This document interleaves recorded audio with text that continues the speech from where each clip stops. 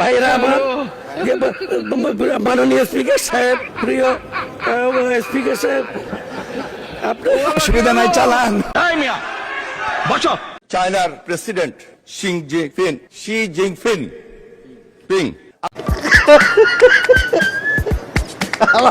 কয় কি মাননীয় সদস্য জনাব রুমিন ফরহানা, এখানে জনাব বলে ফেললাম।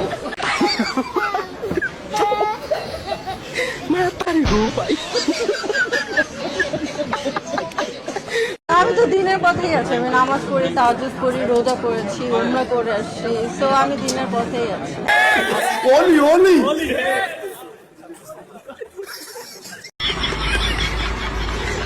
সবাই জেলে, আমি জেলে না কেন? তাদের প্রশ্নই হলো আমি জেলে না কেন? আমি বাধা দেয় ভাই, আমি বাধা দেয়। আমরা নাকি 15 বছর 15.5 বছর আওয়ামী লীগে বাতাস করেছি। প্রধানমন্ত্রী শেখ হাসিনার কপালে নামাজের দাগ দেখা।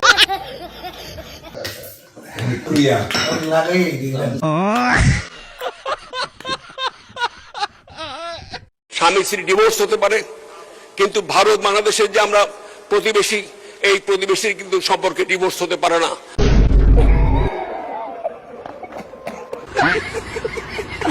মোহাম্মদ আমিরুল ইসলাম খান, সিরাজগঞ্জ 5। আমাদের নেতা, আমাদের অভিভাবক জনাব তারেক রহমান 17 বছর নির্বাসিত থেকে বাংলাদেশে এসে তার অযোগ্য অর্থমন্ত্রীকে নিয়ে যে বাজেট 17 বছরে আমাদের তৃণমূলে হাজার হাজার নেতাকর্মী, গ্রামের গরিব নেতাকর্মীরা যারা নির্যাতিত হয়েছে, তাদের জন্য বাজেটে অ্যালোকেশন রাখা প্রয়োজন মাননীয় স্পিকার।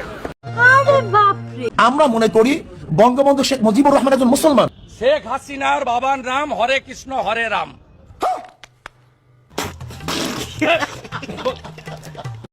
যে 71 সালের ভূমিকার জন্য আপনারা একবার তো ক্ষমা প্রার্থনা করলেন না। জাতির সামনে আপনাদের ক্ষমা প্রার্থনা করা উচিত ছিল। Hey, I've seen this one. This is a classic. ক্ষমা আপনার বাবাকে কবর থেকে চাইতে বলেন। আমরা অপরাধ করি নাই, ক্ষমা চাইবো কেন? আপনার বাবা অপরাধী, এই অভিযোগ আছে। ঠিক আছে, ওই ওর বাপের দ্বারা ফোন দে। বাপ নাই, ওর বাপ না, ওর মারে ফোন দে। 10 লাখ টাকা এর মাও নাই। ওরে কেন গোয়া মারতে আনছস? বেজে গোয়া মারবেন, কালকে তোর ফাতলা ভাই না।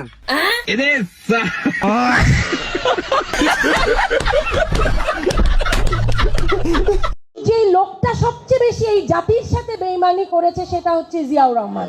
আমি একজন শহীদ পরিবারের সন্তান হিসেবে এই কথাটা বারবার সবখানে বলি, এই কথাটা বারবার বলা উচিত। বিএনপিতে রাজাকারের সংখ্যা জামাতের চেয়ে অনেক বেশি। আমি বিএনপির একজন এমপি বলছে 71 সালেও বিএনপি এটা অনেক কিছু করেছে। তো বিএনপি জন্ম হয়েছে কখন আর 71 সালে কি করলো? নাইস। বাজেট দেখতে ভালো, খাইতে ভালো, এটা চানাচুরের মতন পুষ্টি নাই। ঠিক আপনাদের বক্তব্যের মধ্যে কোনো পুষ্টি নাই, গঠনমূলক সমালোচনা নাই। এনসিপি নামক যে দলটা গঠিত হয়েছে গণঅভ্যুত্থানের কারণ হয়েছে।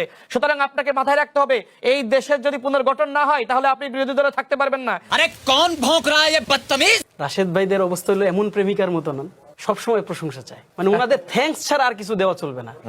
আবার একটু ধমক দিলে বলে মাত্র 3 মাস ধমক দেন কেন, একটু সময় দেন। ধমক না দিলে বলে এই মিয়া আপনি কিসের বিরোধী দল, আপনি কথা বলেন না দেখে আমি কাজ করতেছি না। আমার ভুল হয়েছে, ক্ষমা করে দেন। তারেক রহমান আমার পিতা, আমার বাবা। ডাক্তার জুবাইদুর রহমান আমার মা। আমি আজকে তো বলিনি এই কথাটা বলেছিলাম 14 সালে দেশনেত্রী বেগম খালেদা জিয়া যখন ফেনীতে যায়, তখন আমি দেশমাতাকে চিটাং রোড থেকে মুরগাপাড় পর্যন্ত দেশমাতাকে প্রস্তুতি করে দিই ফেনীতে যাওয়ার জন্য। সেজন্য আমি দেশমাতা এবং দেশনেত্রী বেগম খালেদা জিয়া, উনি এশিয়া মহাদেশের সর্বশ্রেষ্ঠ নেত্রী। তারেক রহমান আমার বাবা, জুবাইদুর রহমান আমার মা। এটা তো নতুন কিছু না, এটা পুরাতন। আমি চাই যে জামাতে ইসলামী আরো কথা বলুক, আরো আসুক, তাহলেই বাংলাদেশের রাজনীতিতে জামাতে ইসলামী কোন জায়গাটা আছে সেই মুখোশটা মানুষের সামনে খুলে যাবে। কারণ আপনার কাছে জামাত ইসলামী পছন্দ না, যত ভালো কিছু আমি করবো, নেগেটিভ একটা বের করবেনি। সরকারি দলের সফলতা বলতে আপনি কি আছে? একজন হলো সর্বমন্ত্রী, আর কোনো লোকের কোনো বয়েস নাই। এখানে সরকারি দল ব্যর্থ, কারণ তাদের কোনো বোকাল লোক নাই। যা এই বিষয় আসে সব সর্বমন্ত্রী মহাশয়কে বলতে হবে। কেন?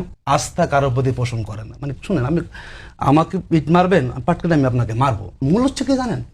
জামাত ইসলামী কেন এত আসন পায়ে আসলো, কেন 35 মামা জামাতকে ভোট দিল, মানতে পারতেছে না। ভিডিওটি ভালো লাগলে লাইক, কমেন্ট ও সাবস্ক্রাইব করে পাশে থাকুন। ধন্যবাদ।